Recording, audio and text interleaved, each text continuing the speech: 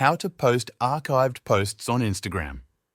First, open the Instagram app and go to your profile by tapping the profile icon at the bottom right. If you previously archived a post and want to bring it back, tap the three lines at the top right of your profile screen. From the menu, select your activity.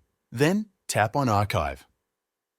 At the top of the archive screen, you may see Stories Archive or Live Archive. If that happens, tap the drop-down menu and select Post Archive. This will show all the posts you have archived.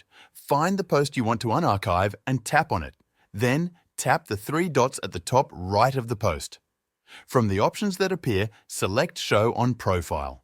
This will move the post from your archive back to your profile, just like it was before. Once you go back to your profile, you will see that the post is now visible again. That's how to post archived posts on Instagram.